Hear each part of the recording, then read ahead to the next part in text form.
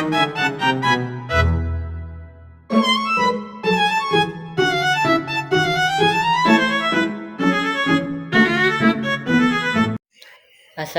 warahmatullahi wabarakatuh. Salam sejahtera bagi kita semua. Salam, Om Swastiastu, Namo Buddhaya, dan salam kebajikan. Perkenalkan, saya Andi Ibniasar dari kelas BKB dengan NIM 250404502006 dari Fakultas Ilmu Pendidikan, jurusan Psikologi Pendidikan dan Bimbingan, program studi bimbingan dan konseling. Salam utuh tanpa batas. Selamat datang di video pembelajaran kami. Pada kesempatan kali ini, kita akan membahas dua topik penting yang berhubungan dengan perkembangan peserta didik, yaitu teori multiple intelligence dan kecerdasan emosional.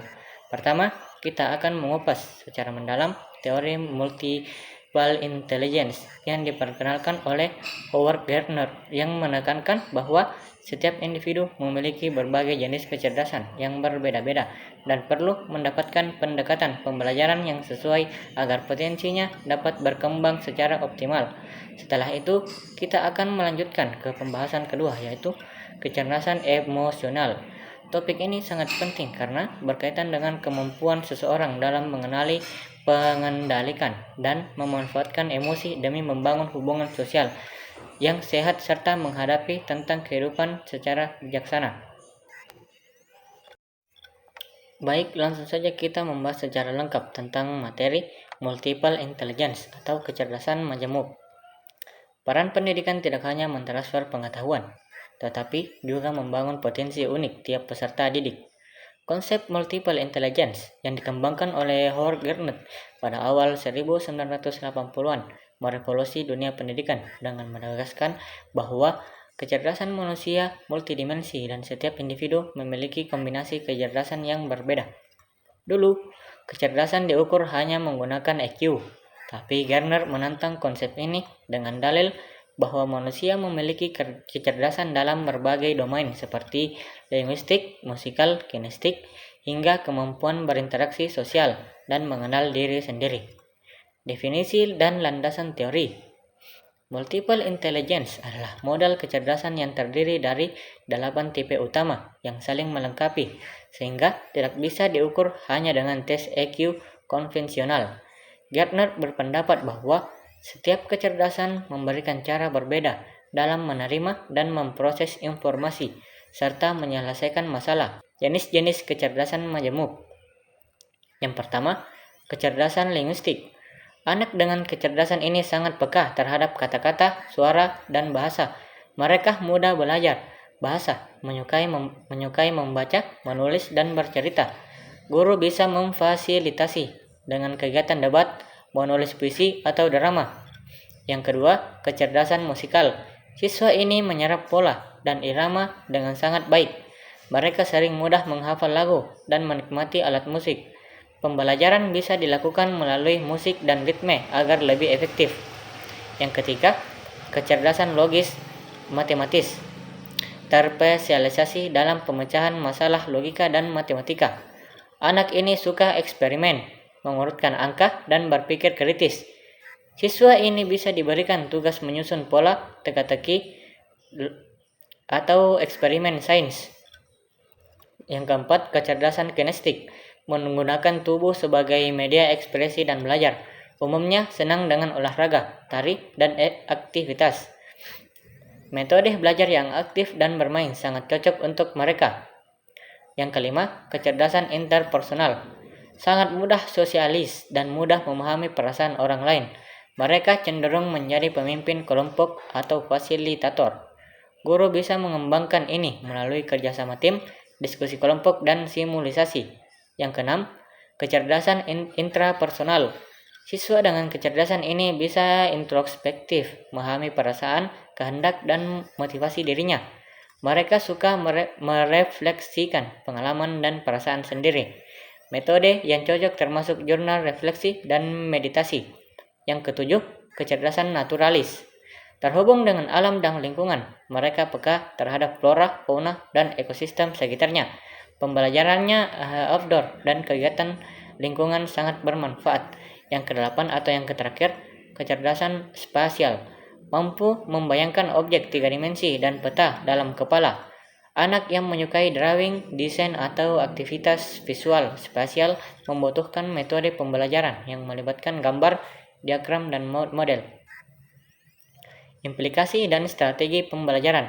Pendidikan yang efektif menerapkan teori multiple intelligence dengan mengenal kecerdasan dominan setiap siswa, lalu memberi pengalaman belajar yang sesuai.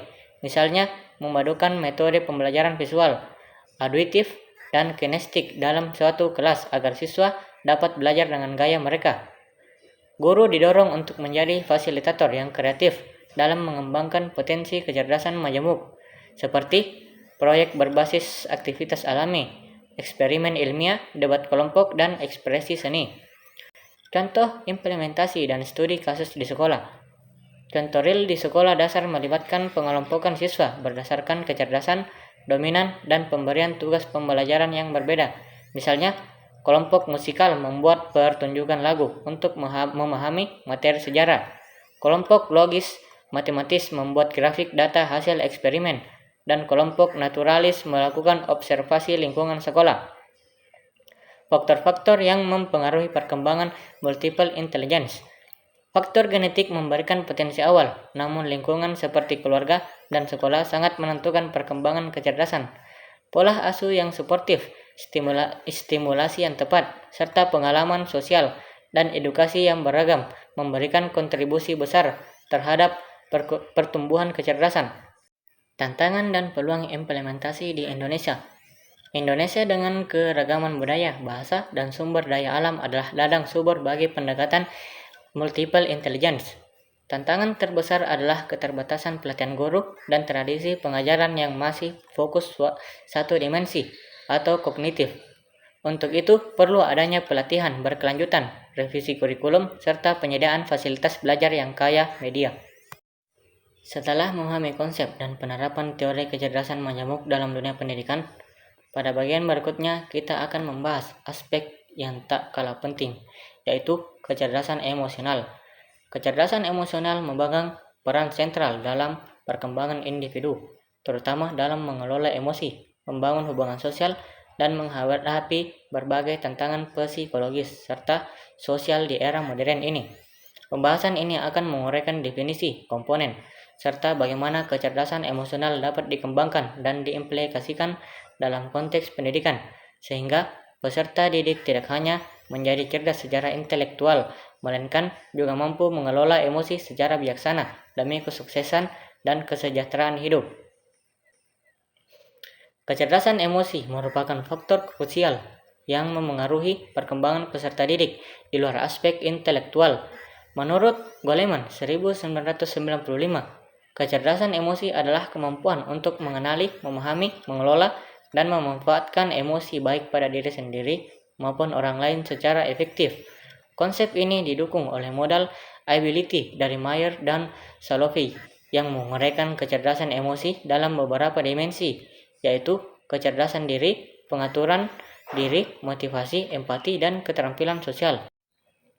Definisi kecerdasan emosi. Daniel Goleman menjelaskan bahwa kecerdasan emosi bukan sekedar kemampuan mengelola emosi agar tetap stabil, melainkan juga kemampuan untuk menggunakan emosi tersebut sebagai sumber energi dan motivasi dalam mencapai tujuan kehidupan secara optimal. Dengan adanya kecerdasan emosional, seseorang menjadi lebih mampu menghadapi tekanan sosial dan akademik yang kompleks.